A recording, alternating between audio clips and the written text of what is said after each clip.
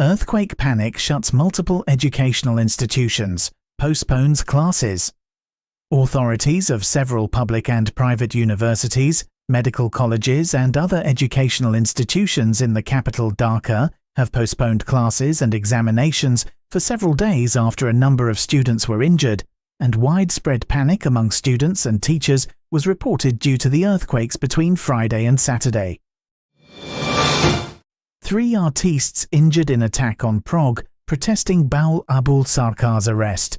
At least 3 artistes were injured on Sunday in an attack carried out when they, along with others, were preparing to form a human chain in Manikganj, demanding the release of Baul singer Abul Sarkar.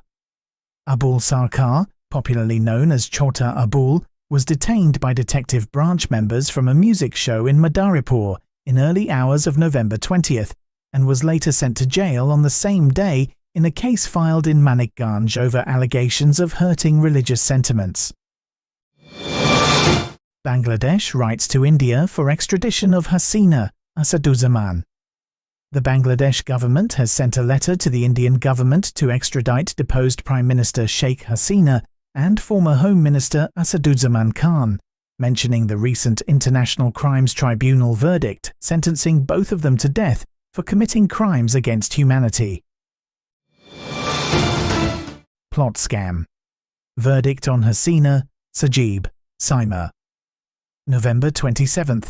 The Dhaka Special Judge Court 5 on Sunday fixed November 27th to deliver the verdicts in 3 cases filed against deposed Prime Minister Sheikh Hasina, her son Sajib Wazid Joy, and daughter Saima Wazid Putul on charges of corruption in allotting land plots at the Purbachal New Town.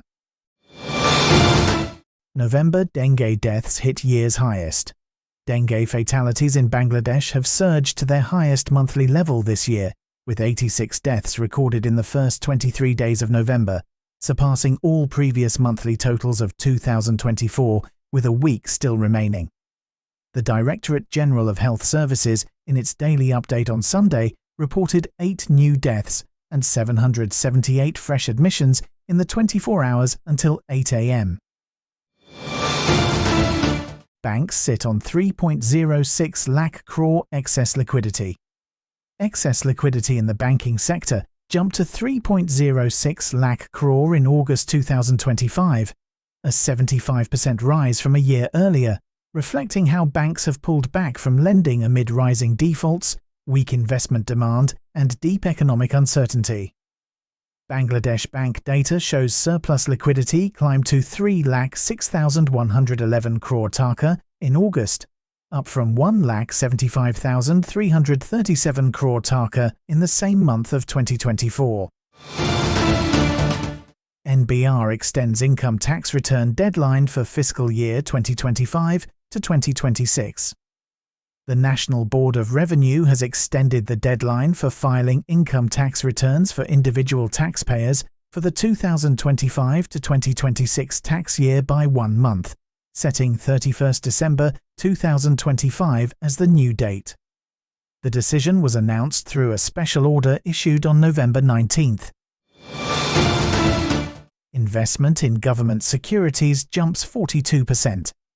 Financial corporations other than banks have increased their investment in government securities in the April-June 2025 quarter, while cutting back sharply on lending to businesses, a shift that signals caution in the non-bank financial sector.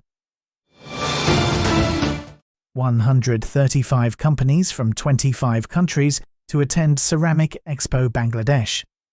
A total of 135 companies and 300 global brands from 25 countries, including Bangladesh, will attend the 4th edition of Ceramic Expo Bangladesh 2025, starting on November 27th.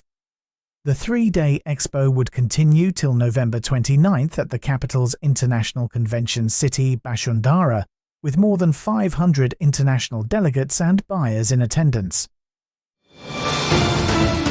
Travel agencies demand repeal of new ordinance.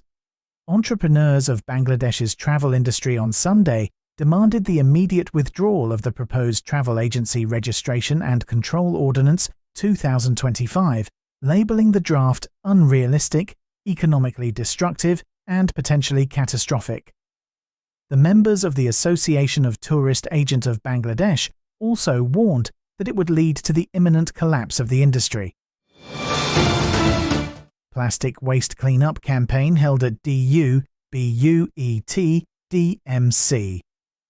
The United Nations Industrial Development Organization, with financial support from the Royal Norwegian Embassy in Dhaka, is providing technical support to the Department of Environment for the implementation of the project, titled Integrated Approach Towards Sustainable Plastics Use and Marine Litter Prevention in Bangladesh.